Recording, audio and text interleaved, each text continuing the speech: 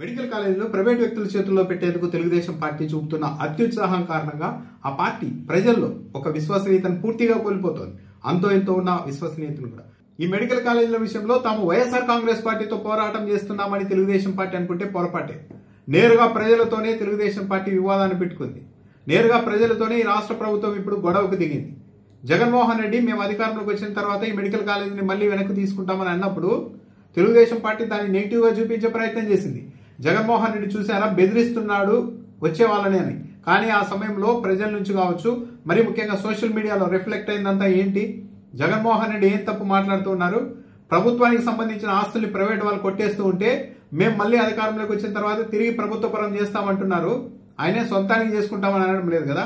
ప్రభుత్వ పరం చేయడం అంటే ప్రజల పరం చేయడమే కదా. జగన్మోహన్ రెడ్డి కరెక్ట్ అంటూ ఒక పెద్ద ఎత్తున ఒక అభిప్రాయం వ్యక్తమైంది. దీన్ని బట్టి కూడా తెలుగుదేశం పార్టీ నేరుగా ప్రజల అభిప్రాయాలతోనే చెలగాటమాడుతోంది అన్నది కూడా అర్థం చేసుకోవచ్చు. ఈరోజు శాసన మండలిలో తెలుగుదేశం పార్టీ ఎమ్మెల్సీలు ప్లకార్డులు ప్రదర్శించారు. ఏమని ప్లకార్డులు ప్రదర్శించారు? జగన్మోహన్ రెడ్డి ప్రభుత్వ మెడికల్ కాలేజీలో కూడా మేనేజ్మెంట్ కోటా ఇచ్చారు, అలాంటి వ్యక్తి జగన్మోహన్ రెడ్డి అంటూ ప్లకార్డులు ప్రదర్శించారు. నిజమే, జగన్మోహన్ రెడ్డి కొన్ని సీట్లను సెల్ఫ్ ఫైనాన్స్ కిందకి తెచ్చారు. కొద్దిగా డబ్బులు బేర్ చేయగలిగిన వాళ్ళు ఈ సీట్లలో కొంత పేమెంట్ చేస్తే దానివల్ల కాలేజీలు రన్ అవుతాయి ప్రభుత్వ ఆధ్వర్యంలో అన్న ఉద్దేశంతో జగన్మోహన్ రెడ్డి ఆ పని చేశారు. సరే, జగన్మోహన్ రెడ్డి అది చేయడం కూడా తప్పే అని అనుకుంటూ ఉంటే, పేద విద్యార్థులకు మరింత న్యాయం చేయాలి అని అనుకుంటూ ఉంటే ప్రభుత్వం ఏం చేయాలి? ఆ సెల్ఫ్ ఫైనాన్స్ కోటాను రద్దు చేసేసి 100% కన్వీనర్ కోటా కిందే పెట్టుకోవాలి. కానీ జగన్మోహన్ రెడ్డి 50% సీట్లను సెల్ఫ్ ఫైనాన్స్ కింద పెట్టారని ఒకవైపు వ్యతిరేకిస్తూనే, దీనివల్ల పేదలకు మధ్యతరగతి వాళ్ళకు అవకాశాలు పోతున్నాయని శాసన మండలిలో ప్లకార్డులు ప్రదర్శిస్తూనే మొత్తం ప్రైవేట్ కాలేజీని తీసుకెళ్లి ప్రైవేట్ వ్యక్తుల చేతుల్లో పెడుతున్నారంటే ఇంతకు మించిన ద్వంద్వ ప్రమాణం ఏముంటుంది? 50% సీట్లను మేనేజ్మెంట్ కోటా కింద పెడితేనే తప్పైనప్పుడు ఏకంగా కాలేజీలు తీసుకెళ్లి ప్రైవేట్ వ్యక్తులతో చేతుల్లో పెట్టడం మరింత తప్పు కదా. మరి దానికి ఏం సమాధానం చెప్తుంది తెలుగుదేశం పార్టీ? పైగా మేనేజ్మెంట్ కోటా కింద పెట్టినప్పటికీ కూడా జగన్మోహన్ రెడ్డి హయాంలో మెడికల్ కాలేజీలు పూర్తిగా ప్రభుత్వ ఆధ్వర్యంలో ఉంటాయి కాబట్టి ఇష్టానుసారం ఫీజులు వసూలు చేయడానికి ఉండదు. కానీ ఈ కొత్త మోడల్లో ప్రైవేట్ వ్యక్తుల చేతుల్లో కాలేజీలు పెట్టిన తర్వాత ఇక వాళ్ళ ఇష్టానికి ఎంతకైనా ఈ సీట్లను అమ్ముకునే అవకాశం ఉంటుంది కదా.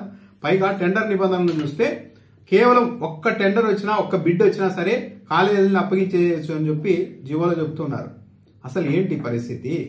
బార్లకు ఇటీవల పిలిచారు. బార్లకు సంబంధించి నోటిఫికేషన్ ఇచ్చినప్పుడు కనీసం 4 దరఖాస్తులు వచ్చినప్పుడే ఫైనల్ చేయాలి, 4 దరఖాస్తులు రాకపోతే రద్దు చేసి మళ్ళా పిలవాలి అని చెప్పారు.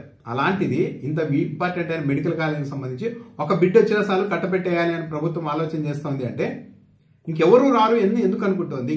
100 రూపాయలు ఎకరా 100 రూపాయలకి చొప్పున ఇస్తూ ఉన్నప్పుడు ఆ స్కూల్ కాలేజ్ ఆధ్వర్యంలో రకరకాల నిర్మాణాలు చేసుకొని హాస్పిటల్స్ పక్కనే హోటళ్లు ఇలాంటివన్నీ పెట్టుకొని భారీగా ఆదాయం సమకూర్చే మార్గాలు ఉన్నప్పుడు ఎవరైనా పోటీ పడాలి కదా.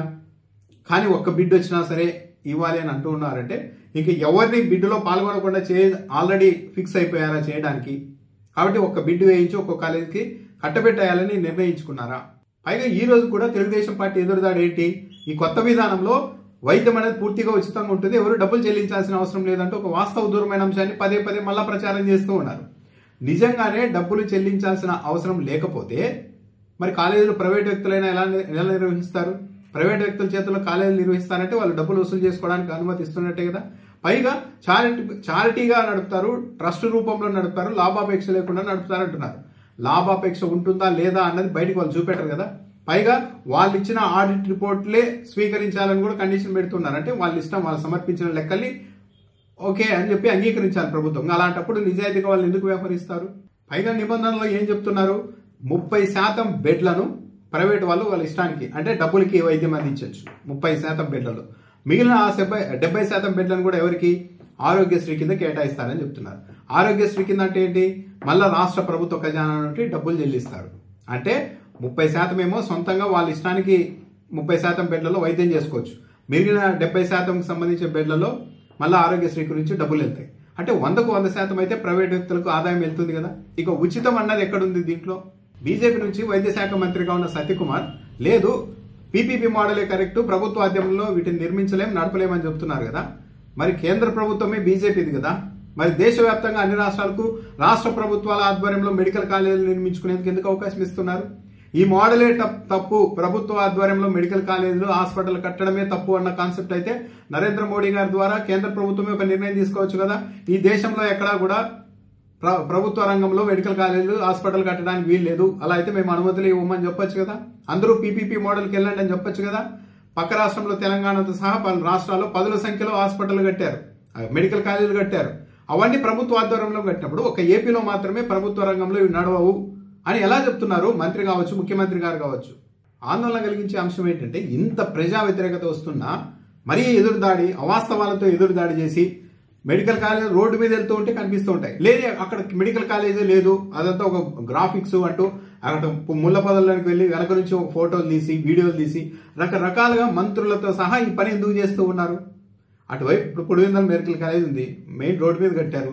అటువైపు కొన్ని లక్షల మంది వెళ్తూ ఉంటారు, వాళ్ళందరూ చూసి అప్పు భలే కట్టారు అనుకుంటుంటారు. కానీ పులివెందుల మెడికల్ కాలేజ్ కూడా జగన్మోహన్ రెడ్డి కట్టలేదు, అక్కడ లేదు అని అంటే ప్రజలు ఏమనుకుంటారు అన్న ఇది కూడా లేకుండా తెలుగుదేశం పార్టీ ఇంత దూకుడుగా వెళ్తోంది అంటే ఇది కేవలం మెడికల్ కాలేజీలకు పరిమితమయ్యే అంశం కాదు.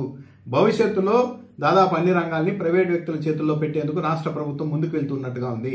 అందుకే ఇక్కడ ఆగే ప్రసక్తి లేదు. ఈ మెడికల్ కాలేజ్ దగ్గరే ఆగిపోతే ఇక మనం అనుకున్న అసలు ఎజెండాను అమలు చేయలేం. కాబట్టి ఎలాగైనా సరే బుల్డ్రోజ్ చేసుకుంటూ వెళ్ళిపోవాలి. వాస్తవం అవాస్తవంతో సంబంధం లేదు, అవాస్తవమైనా సరే నమ్మినోళ్ళు మన వాళ్ళు, నమ్మనోళ్ళు మన వాళ్ళు కాదు అని అనుకుంటూ ఒక వితండవాదంతో ప్రచారం చేస్తూ తెలుగుదేశం పార్టీ ముందుకెళ్తోంది. ఇది మాత్రం రాజకీయంగా తెలుగుదేశం పార్టీకి ఆల్రెడీ ఒక డ్యామేజ్ చేసేసింది. ప్రజలకు ఒక క్లారిటీ వచ్చింది, ఓహో తెలుగుదేశం పార్టీ విధానం ఇదన్నమాట. రిపీటెడ్గా గెలిపిస్తే మొత్తానికి ఇంకా భవిష్యత్తులో ఇంకా ఎలాంటి తీవ్రమైన పరిణామాలు ఉంటాయో అన్న ఒక ఆందోళన ఇప్పటికే ప్రజల్లో వ్యక్తమవుతోంది. పైగా రాష్ట్ర కేబినెట్ లో కీలకంగా ఉన్న ఒక మంత్రికి సంబంధించిన వ్యక్తులు ఈ మెడికల్ కాలేజీలను చూసి వచ్చేసి సొంతం చేసుకునేందుకు కూడా ప్రయత్నాలు చేస్తున్నారు, క్షేత్రస్థాయిలో పర్యటనలు కూడా చేస్తున్నారన్న వార్తలు వస్తున్నాయి. అదే జరిగితే ఇంకేం ప్రజలకు ఎక్స్ప్లెయిన్ చేయాల్సిన అవసరం లేదు. ఏ వ్యక్తి కారణంగా అయితే ఈ రాష్ట్రంలో విద్య పూర్తిగా కార్పొరేట్ పరమైపోయి ఆ రేసులో పరిగెత్తలేక పిల్లలు తల్లిదండ్రులు ఎంత ఒత్తిడికి గురవుతున్నారో ఇప్పుడు అందరూ చూస్తున్నారు. ఇప్పుడు మెడికల్ కాలేజీలు హాస్పిటల్ విషయంలో కూడా అలాంటి వ్యక్తులు ఎంటర్ అయ్యారంటే ఇక భవిష్యత్తు ఎంత భయంకరంగా ఉంటుందో రాష్ట్ర ప్రజలకు ఆటోమేటిక్గా అర్థమవుతుంది. జగన్మోహన్ రెడ్డి మెడికల్ కాలేజీలు కట్టలేకపోయారని చెప్తూ ఉన్నారు పదే పదే. కానీ ఈ రోజుకి ఈ రాష్ట్రంలో 7 మెడికల్ కాలేజీలు రన్ అవుతున్నాయి. జగన్మోహన్ రెడ్డి 3 ఏళ్ల కాలంలోనే ఆ పని చేశారు. కోవిడ్ లాంటి సంక్షోభం వచ్చినా సరే ముందుకెళ్లారు. ఇప్పుడు మిగిలిన ఆ 10 కాలేజీలకు సంబంధించి కూడా భూమి రెడీగా ఉంది, ఆల్రెడీ ఇన్ఫ్రాస్ట్రక్చర్ మొదలైంది. రుణాలు, దానికి డబ్బులు ఎక్కడి నుండి రావాలి అన్న నాబార్డుకి సంబంధించిన రుణాలని కూడా ఆల్రెడీ సిద్ధంగా తెచ్చారు. ఇంత ప్లాన్డ్ గా జగన్మోహన్ రెడ్డి చేసి ఆల్రెడీ 7 మెడికల్ కాలేజీలు పూర్తి చేసేసి ఆల్రెడీ క్లాసులు నడుస్తున్న పరిస్థితి ఉంటే మిగిలిన మెడికల్ కాలేజీలు కూడా వివిధ దశల్లో ఉంటే జగన్మోహన్ రెడ్డి అసలు ఏమీ కట్టలేదు, మేము కట్టలేము అని రాష్ట్ర ప్రభుత్వం చెప్తోందంటే ఇది ఖర్చుకు సంబంధించిన వ్యవహారం కాదు, ఐడియాలజీకి సంబంధించిన అంశం. పేదలకి విద్యా వైద్యం అన్నది సక్రమంగా అందాలి, వాళ్ళ హక్కులు రక్షించబడాలి అంటే కనీసం విద్యా వైద్యం అన్న ప్రభుత్వ ఆధ్వర్యంలో ఉండాలి, ప్రభుత్వ డామినేషన్ ఉండాలి, ప్రభుత్వం ప్యారలల్ గా ఉండాలి అన్నది జగన్మోహన్ రెడ్డి విధానం అయితే లేదు. ఏమీ అవసరం లేదు. పేదరికం అన్నది సమాజానికి అవసరం, పేదరికాన్ని నిర్మూలించడం ప్రకృతి విరుద్ధం. కాబట్టి పేదరికం ఉండాలి అంటే మొత్తం విద్యా వైద్యాన్ని కార్పొరేట్ పరం చేస్తే చాలు. పేదరికం అన్నది సకల కాలాల్లోనూ సర్వావస్థల యందును కొనసాగుతూ ఉంటుంది. అప్పుడే మనం అనుకున్న ఎజెండాను అమలు చేయగలుగుతాం అన్న ఆలోచనతో తెలుగుదేశం పార్టీ ముందుకెళ్తున్నట్టుగా ఉంది. ఇదే తేడా.